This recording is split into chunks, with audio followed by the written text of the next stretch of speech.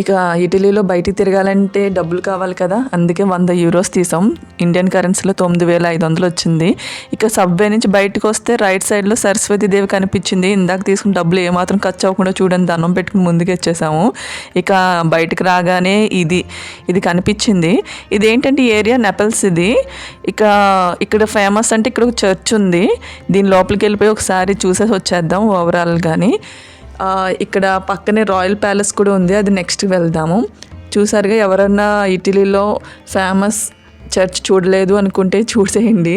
ఇంకా అన్ని వ్యూస్ కూడా కవర్ చేస్తున్నారు, రైట్ సైడ్ నుంచి లెఫ్ట్ నుంచి రైట్, టాప్ టు బాటమ్ అన్నీ కూడా.